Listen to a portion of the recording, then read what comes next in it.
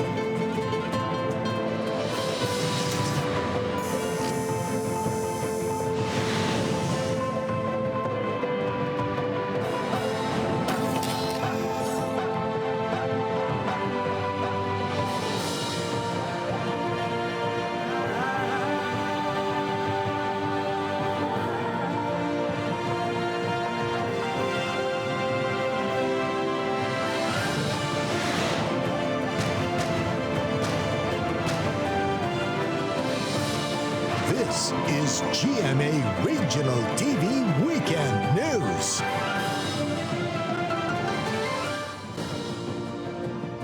Good evening.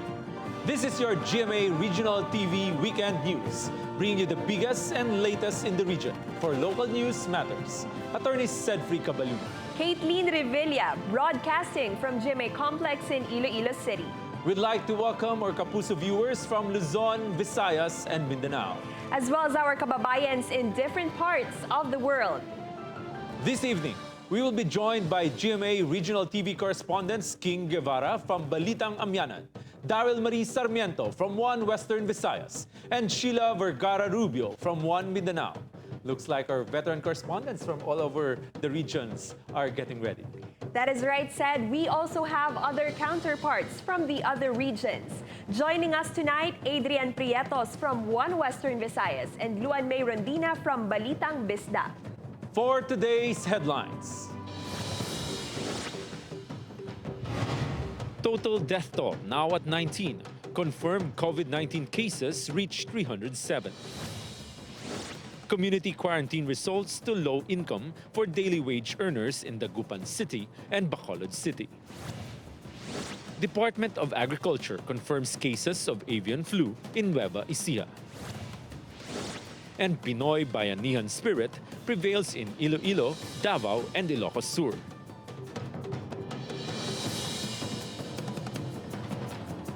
As of the latest update from the Department of Health, the country has now 307 confirmed COVID-19 cases. Death toll is at 19, while 13 have recovered. Daryl Marie Sarmiento of GMA Regional TV One Western Visayas will give us more updates. Daryl? Said 77 new positive COVID-19 cases were recorded in the Philippines today, bringing a total of 307 confirmed cases. The death toll due to COVID-19 in the country is now at 19, following the death of a former dean of the University of the Philippines Asian Center early this morning. Dr. Aileen Baviera died of pneumonia caused by COVID-19. DOH also announced 5 more patients who recovered from the disease, raising the total number of recoveries to 13. The Department of Health Region 6 has confirmed in today's press conference 2 confirmed COVID-19 cases in Western Visayas. The first case in the region is a 56-year-old man from Bacolod City who has a travel history to London and arrived in Bacolod City on February 19. He is confined at the hospital in Bacolod and is stable and recovering. Bacolod City Mayor Evilio Lunardia has ordered the City Health Office to conduct intensive contact tracing of the patient. Today, the DOH-6 received the confirmatory result of a 65-year-old man from the town of Gimbal, Iloilo. According to DOH, the patient is currently confined in a hospital in Iloilo City. He has no travel history from COVID-infected areas, but was exposed to his relatives who came from Japan. Positive case of COVID-19. So the Department of Health, Western Visayas Center for Health Development, reports today, March 21, 2020, the second positive case of COVID-19 in the region. The health department of the local government unit is currently conducting contact tracing. The Department of Health confirmed Cebu's first COVID-19 positive case. According to DOH Region 7 Director Dr. Jaime Bernadas, the patient is currently confined in a private hospital in Mindanao City and is now recovering. The patient is a 65-year-old man who had no travel history abroad but recently visited Mindanao and Metro Manila. Upon his return to Cebu on the 6th or 7th of March, he was admitted for respiratory symptoms and immediately monitored as a PUI. A swab sample was taken in the second week of March and the test came back positive on March 18. March 15, when the first confirmed COVID-19 case in Negros Oriental died. Patient 39 was a counselor from Tayasan, Negros Oriental, who has a travel history in Manila. In the Davao region, the first confirmed COVID-19 positive case was recorded in Tagum City, Davao del Norte. Tagged as patient 130, the 21-year-old female from Pantucan, Davao de Oro, was confined at the Davao Regional Medical Center in Tagum City last March 10 and confirmed positive on March 15. She traveled from the United Kingdom to Qatar before arriving in Manila, then Davao last February 29. Aside from contact tracing, the DOH has also asked passengers who may have taken PAL flight PR 2815 last February 29 to coordinate with him. Meanwhile, 3 of 88 PUIs recorded in Davao region died while awaiting their COVID-19 test results. There are over 6,300 PUMs nationwide. Tragically, after being cleared from the virus, one PUM died in a freak accident. Meanwhile, the first COVID-19 positive case in Mindanao, tagged as patient 40, passed away last March 13. He was a 54-year-old male from Lanao del Sur and was confined at Northern Mindanao Medical Center in Cagayan de Oro City. He was confirmed COVID-19 positive last March 11. He was buried through traditional Islamic burial rites and according to DOH protocol. The third COVID-19 positive case in Mindanao was recorded in Cotabato City. The third case was tagged as patient 145, a 32-year-old male who is currently confined at the Cotabato Regional and Medical Center in Cotabato City. He was one of the tabligs who joined the Ijtima Johor, held in Malaysia last month. He arrived in Manila from Malaysia last March 3 and traveled to Cotabato City a day after. He was confirmed positive of the virus last Tuesday. The fourth case in Mindanao was tagged patient 201, a 58-year-old male from Lanao del Sur who was also one of the tabligh who joined the said Muslim congregation in Malaysia. He was admitted at Amay Pakpak Medical Center in Marawi City last March 10. He died last Wednesday, a day before he was confirmed COVID-19 positive. He was buried through traditional Islamic burial rites and according to DOH protocol.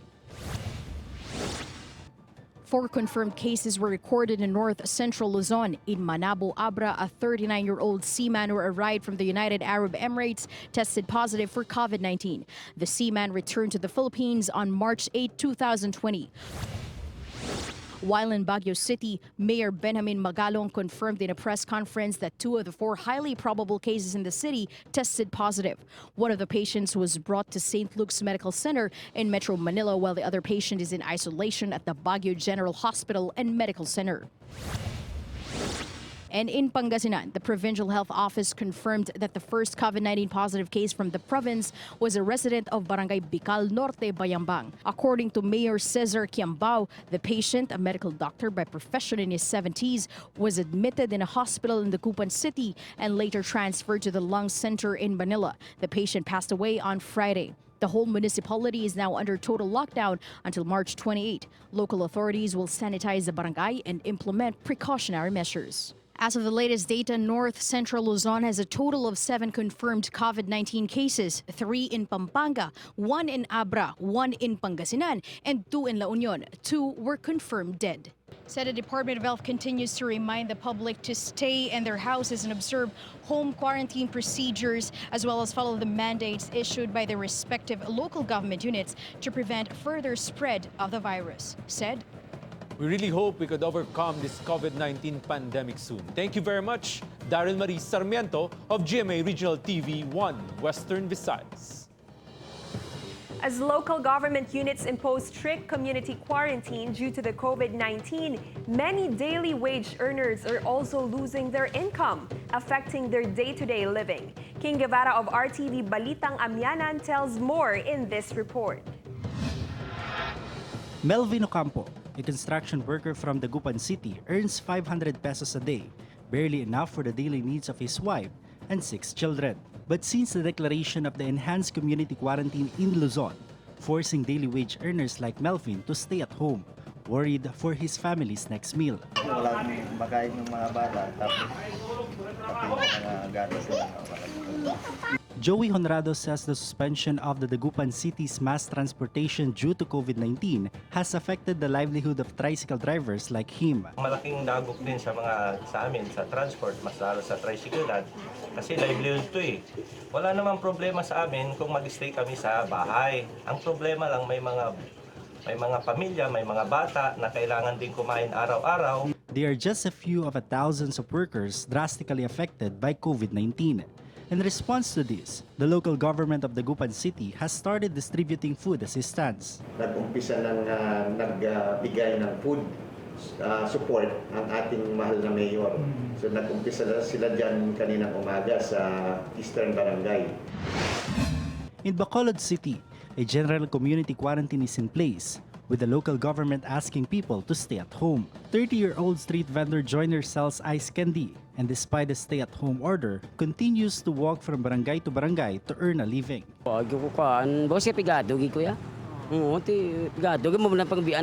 In this water station, 21-year-old Apolinario is a part-time worker earning 200 to 250 pesos a day. He says if he stays at home in compliance with a general quarantine order, he will have nothing to eat.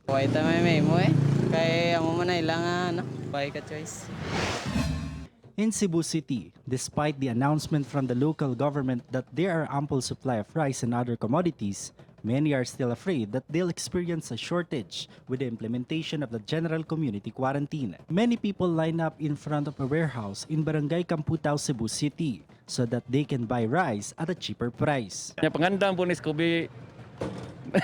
COVID-19. While there are scramble for basic goods as well as alcohol and face masks, there are some workers who are more worried where their next meal will come from. These women along the streets of Cebu City say that with children to care for, it's useless to wash their hands with soap, water, or alcohol to fight against the virus when they are struggling to put food on the table. Para namo sa din lamibot yung kahadlok na sir tungod sa kawadon sir ba kapobre sir. Magpibisog na lang sir. I am King Guevara for GMA Regional TV. Davao Region has implemented a region-wide lockdown 3 days after President Rodrigo Duterte placed the country under a state of calamity, while several LGUs in Mindanao declared community quarantine to curb the threat of COVID-19. Sheila Vergara Rubio of GMA Regional TV 1 Mindanao for the details. Said travel restrictions are now in effect in Davao Region after the implementation of a region-wide lockdown last Thursday. While almost all provinces in Mindanao have placed their areas under community quarantine to protect their constituents against COVID-19. Effective 12:01 Thursday, the newly created Davao Region COVID-19 Task Force implemented a region-wide lockdown, including Davao City, Davao del Sur, Davao Occidental, Davao Oriental, Davao de Oro, and Davao del Norte for 14 days. Checkpoints at entry and exit points along the boundaries of the region were installed. Nobody outside the region is allowed to enter except for workers of public markets, grocery stores, hospitals, drugstores, food preparation, delivery services, processing of basic food, money transfer service, telecommunication suppliers, BPO companies, export-oriented industries, security personnel, and media practitioners. Only delivery trucks containing goods and supplies are allowed to enter Davao Region. Curfew hours run from 9 p.m. to 5 a.m. and a liquor ban is also effected from 5 p.m. to 8 a.m. Cagayan de Oro City and El Salvador City in Misamis Oriental have also implemented a community quarantine wherein checkpoints were installed at the city's entry points, with persons being carefully inspected before they are allowed entry in the two cities. A joint community quarantine between Cagayan de Oro City and the whole province is also being planned. Meanwhile, Cotabato City has declared a total lockdown since Tuesday, March 17. All commercial establishments in the city were closed down and people were advised to stay in their homes and are only allowed to go out for emergency purposes. Curfew hours are implemented from 8 p.m. to 5 a.m. Zamboanga del Sur has also implemented an enhanced community quarantine. All commercial establishments were closed, travel restrictions were implemented, and public transport were suspended. A localized community quarantine was also implemented in Agusan del Norte, including Butuan City and Agusan del Sur, prohibiting private and public transport going to the province, except for food and delivery trucks as well as basic and medical services. Curfew hours in Butuan City run from 10 p.m. to 4 a.m. In Surigao del Norte, travel restrictions are also implemented. Said the Department of Health Region 11 just confirmed that there are 2 more COVID-19 positive cases, bringing the total to 3 in the region. These are the first positive cases in Davao City. DOH said they are both asymptomatic and are now on strict home quarantine. Said. Thank you, Sheila Vergara Rubio of GMA Regional TV 1 Mindanao.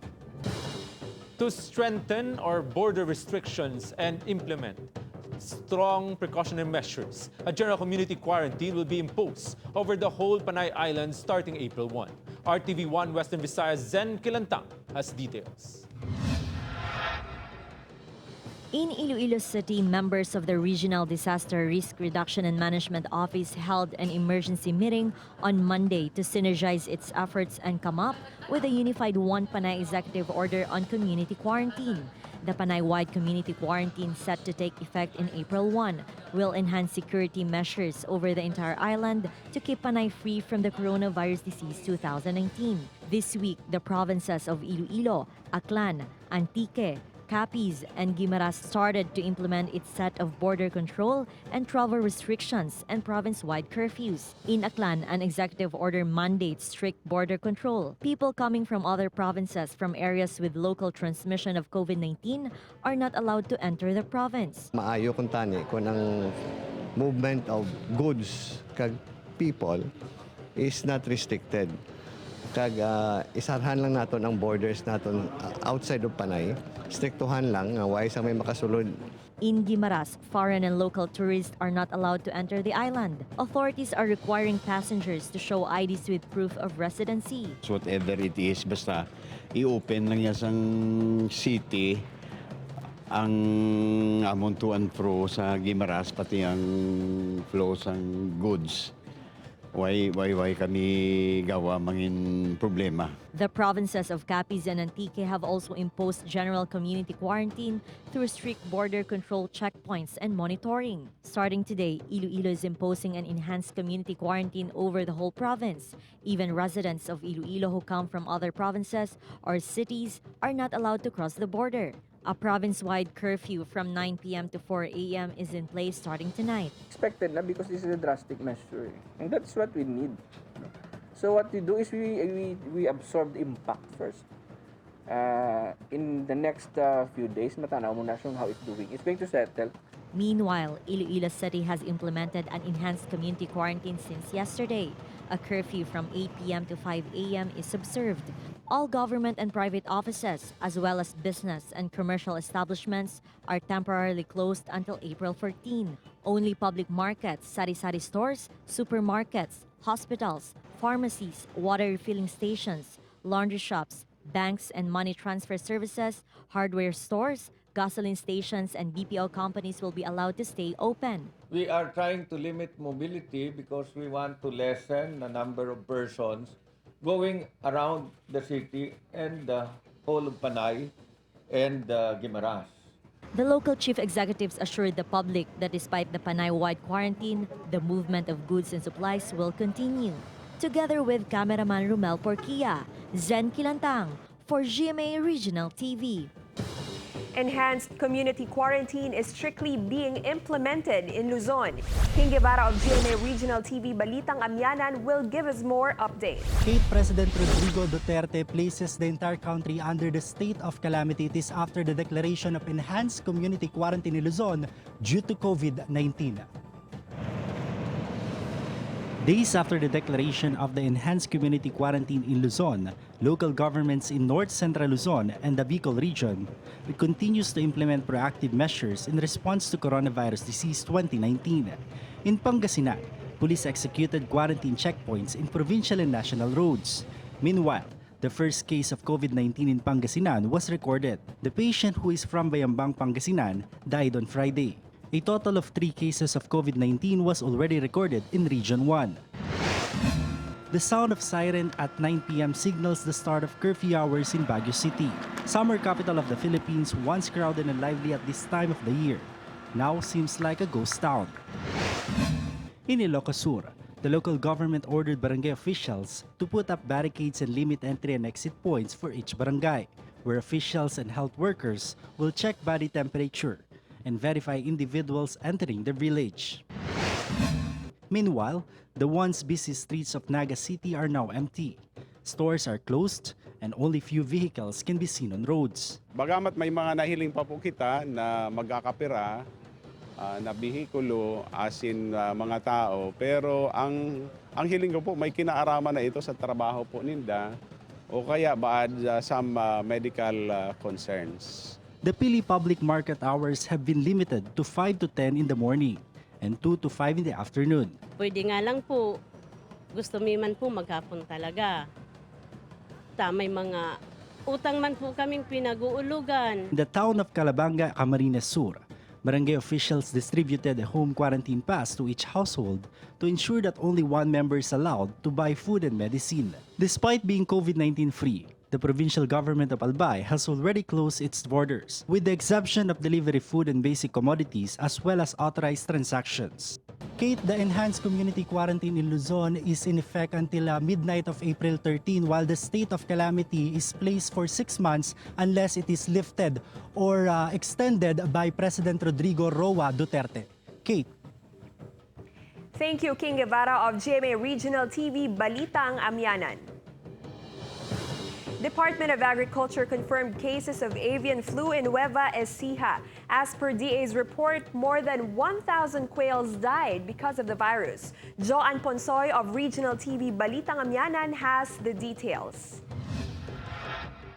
The Department of Agriculture confirmed an avian flu outbreak in Nueva Ecija after 1,500 quails died in Barangay Ulanin, Putik, Jaen. Quail samples tested positive for the H5N6 avian influenza virus. The last recorded case of bird flu in the Philippines was in 2017.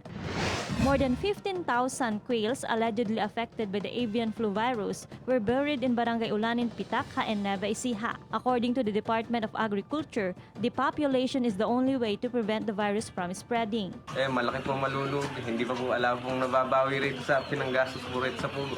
Kaya ako pinabawi para hindi na makahawa.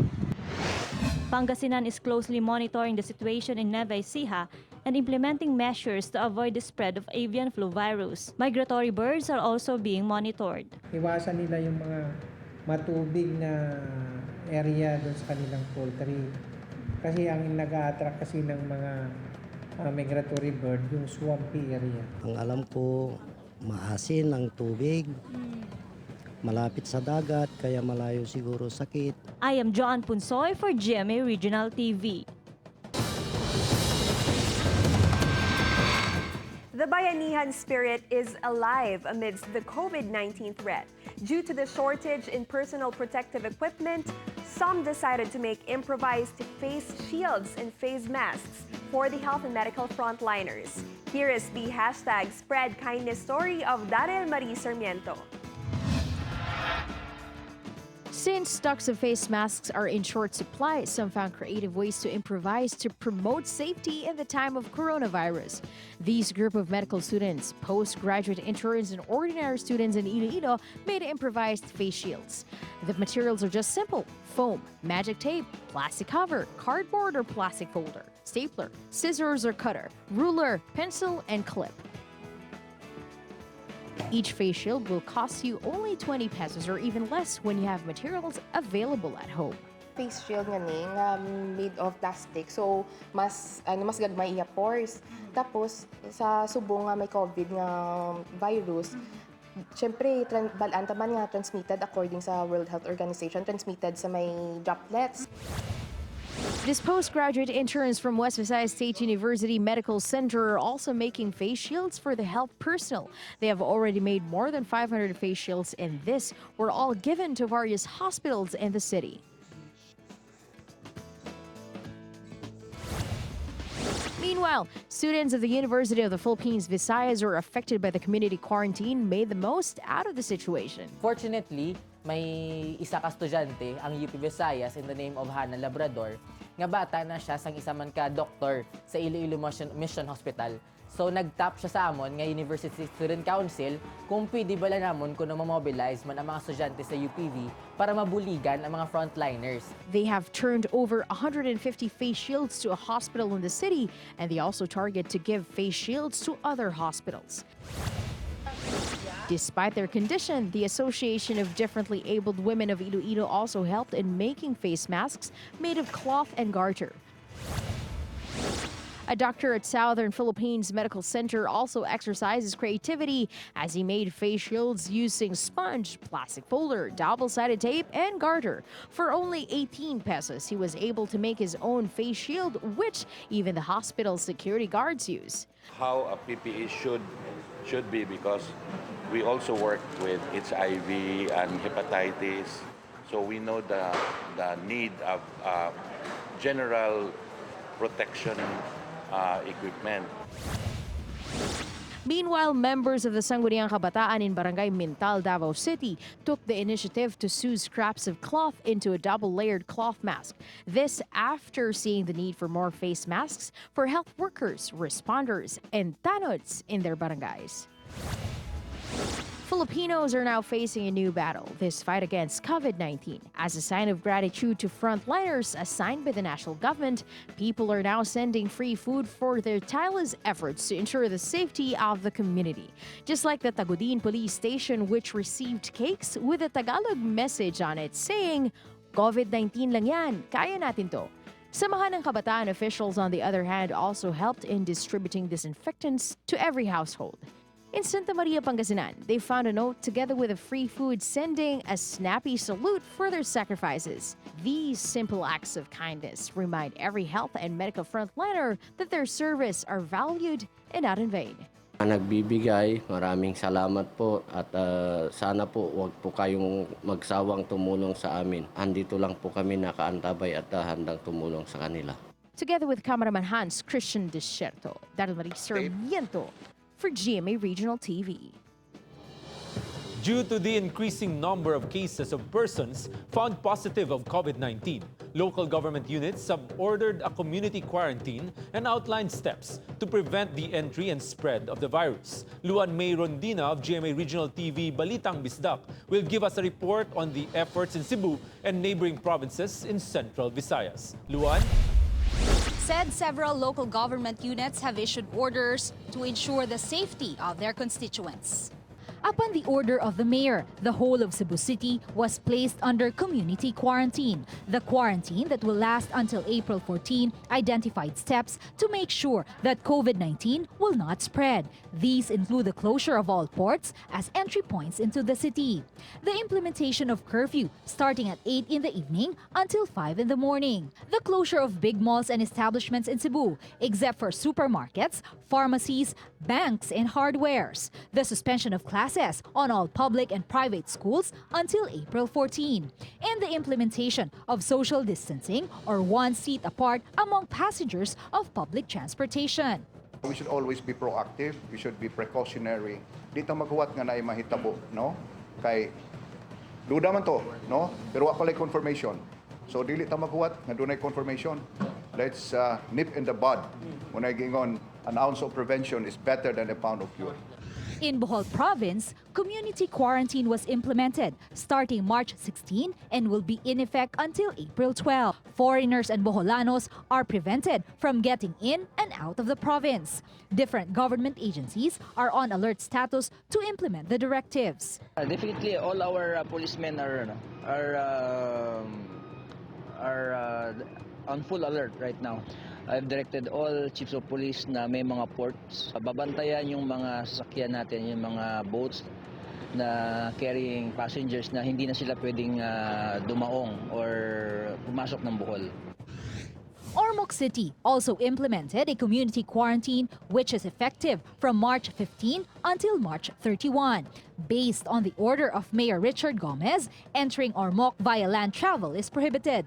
But Ormocanons who will go home from their work will be allowed in for as long as they can show proof of employment and proof of residency. Movement of basic goods and commodities is still allowed in Ormoc, like any other quarantine places. Back in Cebu, while Governor Gwendolyn Garcia did not order for a community quarantine, several executive orders were issued. The EOs, which are adapted by all municipalities in the entire province, are geared to preventing the entry and spread of COVID-19. Early this week, the governor, along with the police regional director, inspected the different health checkpoints in the province.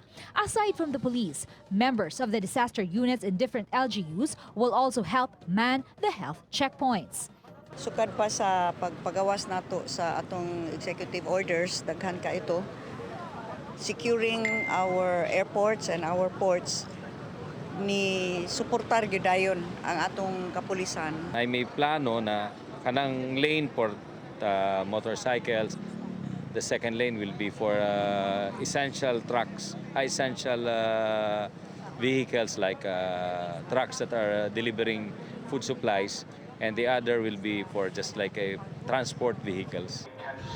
The Archdiocese of Cebu has likewise announced the temporary cancellation of masses and activities for the Holy Week. Cebu Archbishop Jose Palma said the church has to do its part in cooperating with the government's efforts. For the meantime, the very simple reminder is we put a stop, we cancel many of this because through this we gather so many people and we are afraid that mass gathering may be a cause of transmission of the disease. Said just this afternoon, Cebu Governor Gwen Garcia has announced that effective tomorrow at 3 o'clock in the afternoon, all students as well as senior citizens past 65 years old will be put under a 24-hour curfew, except those who would need to go to a medical facility. In line with this, the governor is set to issue an executive order tomorrow. The police are tasked to apprehend those who will violate the EO, said. Luan, what were the factors that were considered by the local government unit of Cebu in strengthening these precautionary measures? Said as of now, there's only one confirmed COVID-19 case in the whole province of Cebu, and that is a 65-year-old man who is now on stable condition. What prompted the governor to implement a 24-hour curfew on all students as well as senior citizens past 65 years old is that it has been observed by the authorities that despite the several executive orders issued by the governor as well as the mayor's, social distancing has not been observed in public transportation as well as in private establishments in other public places. Now, the governor from the very start has been very careful in using the word lockdown so as not to cause panic. However, she issued several executive orders to control the movement of the people and prevent the spread of the virus, said. Thank you, Luan May Rondina of GMA Regional TV, Balitang Bisdak.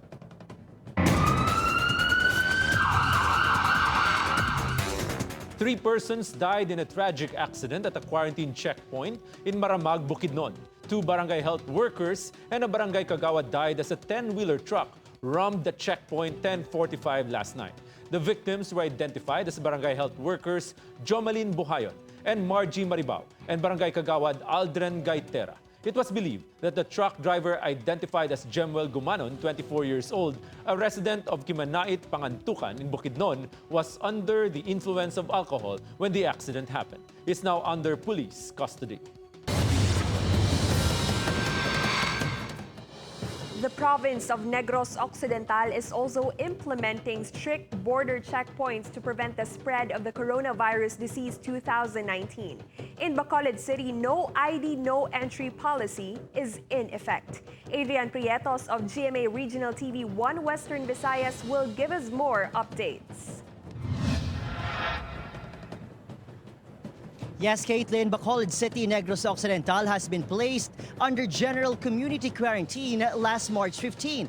The early closures of our establishments here, strict border control operations in many parts of Bacolod City and in Negros Occidental, and curfew for all residents and not just for minors are now in place amid the COVID-19 scare. All 4 border control points in Bacolod City is implementing the no ID, no entry policy, limiting and prohibiting non-residents and workers from entering the city. Employees who work in Bacolod and residents who work outside the city are required to present an ID and a certificate of employment. Health workers, persons providing basic needs, and delivery personnel are also required to present identification. Tatay Fernando, who failed to bring an ID card coming from his son's home in neighboring Talisay City, was prohibited from entering Bacolod despite being a resident. Additional personnel and thermal scanners have been dispatched to the border checkpoints. This after heavy traffic and poor management of social distancing was encountered during the first day of implementation. Ang purpose ng imo community quarantine nga ma-prevent po movements ng tao kung hindi maglapta kag magwa ang ang virus. Now karon ko nang hindi taga Bacolod pasudlon ta di useless na. Border checkpoints were also set up in the different towns of Negros Occidental. In Hinubaan, thermal scanning and social distancing are strictly observed. Some residents were also given sanitation kits. Policemen in southern part of the province are also on full alert in securing borders. 15 persons from Antique were intercepted in Kawayan, Negros Occidental Tuesday morning for violating the border restrictions. The Philippine Coast Guard was conducting a shore patrol when they apprehended the motor bangka carrying 7 adults and 8 minors. The said passengers are residents of Kawayan but were stranded in Antique, so they entered a motor bangka to cross the sea. Cabancalan City, next dira is Oriental na, Mabinay. So, tanan nga na taga Mabinay, ginapabalik gina naton. Vehicles, tao, pabalikon. And tanan nga taga Kabankalan, ginapasulod naton provided they have their identification IDs. The passengers were turned over to Kawayan officials and have been quarantined at the town's health center. Fast craft trips plying the Iloilo-Bacolod route have also been suspended since Monday. Only Ro-Ro vessels carrying cargo are allowed. The entire Negros Oriental has been placed under state of calamity. With this, the local government unit can now access the Quick Response Fund to fight COVID-19. The declaration was made after a Tayasan councilor tested positive of the coronavirus and eventually died. To prevent the spread of the virus, the LGU of Negros Oriental ordered the closure of the borders for air, sea, and land travels, but residents of Negros Oriental can still get inside provided that they be placed under a 14-day quarantine. According to Bimbo Miraflor, the province's spokesperson, Siquijor is exempted from the border closure. This is because Dumaguete is the only source of Siquijor for their daily needs.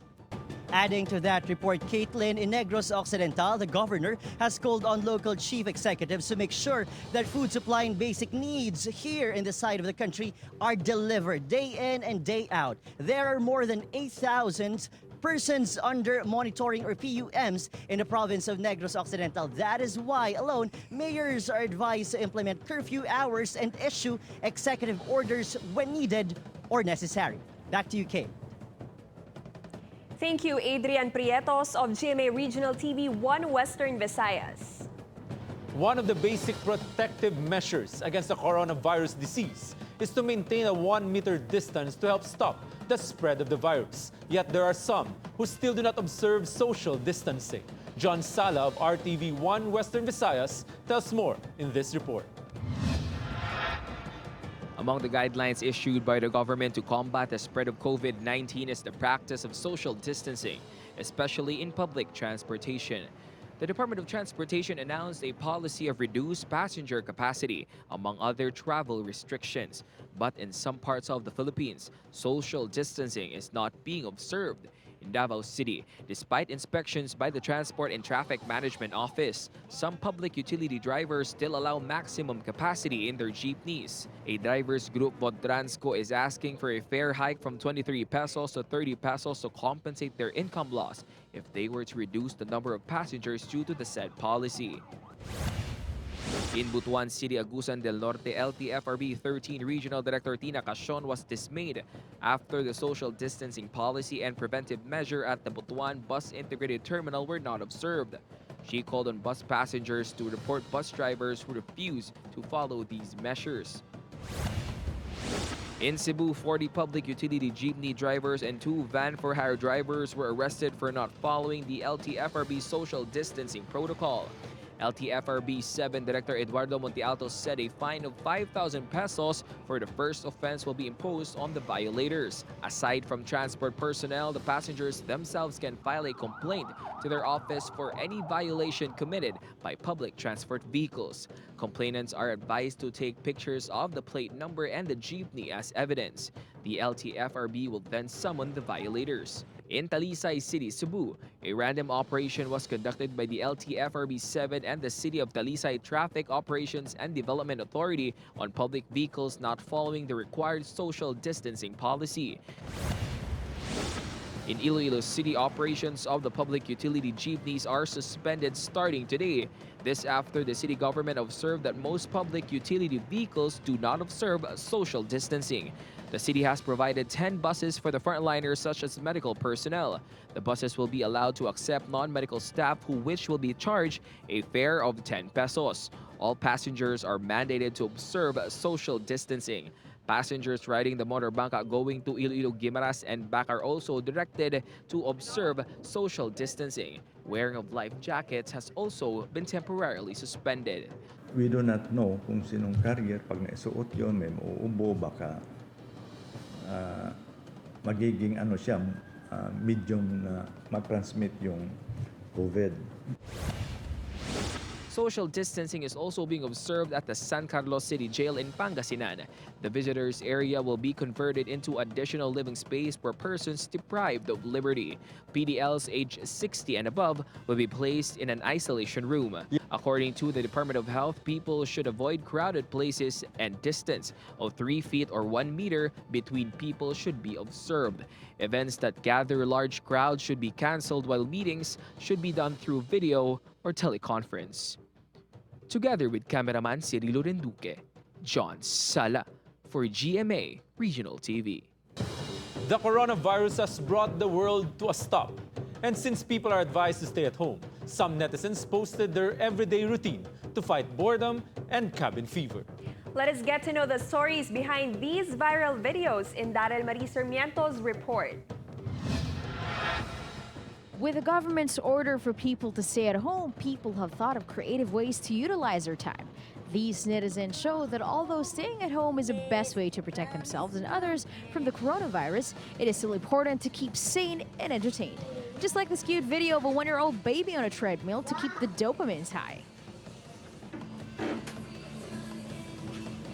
While at home, this netizen showed some of his dancing skill in his all-out Zumba performance. Long queues and social distancing is not an issue for this netizen who made a homemade health drink from available ingredients. Meanwhile, this netizen spends time on a social media app to keep his sanity while at home. These kids from Oton, Iloilo use their time at home to compose a song for the frontliners. Dressed up as a doctor, nurse, soldier, and a member of the press, they dedicated the song to thank the frontliners who are risking their lives to fight the deadly virus. Sending our frontliners, salute, salute! Ga-work it sila na para lang kami maging safe. May sick sila, tapos gusto ko nga magbulong sa iba ng mga tao kag mag-help. There are also other productive things to do while at home, such as watching the news to stay informed, spending time with family, cleaning the house, reflecting, and praying. Together with cameraman Hans Christian Desierto, Daryl Marie Sarmiento for GMA Regional TV. It's quite typical for Filipinos to make the most out of the difficult situation that they are in. Now, what else do you suggest that they do at home? Well, there are a lot of things that they can do at home, attorney, and let us make this an opportunity where we could bond with our family, we could read, we could write, we could make a new recipe. And what's exciting about this for our musicians and our artists is that they could have more time to practice, to do their artworks, and to do other necessary stuff, and that includes doing household chores. I agree. Do what you can't usually do because we're always busy at work and in school. But don't forget to pray. Pray most especially to our front lines, so the doctors, the nurses, the policemen that are really serving us. Mga kapuso, continue to watch updates in the region because local news matters. You can watch this episode and more on GMA Regional TV's official YouTube channel. Just click the subscribe button to get the hottest news from the regions. That was the biggest and the latest news from the regions. Thank you for joining us from around the Philippines as well as our kapuso abroad. This has been GMA Regional TV Weekend News, where local news matters. Stay safe, observe social distancing. Good evening, mga kapuso.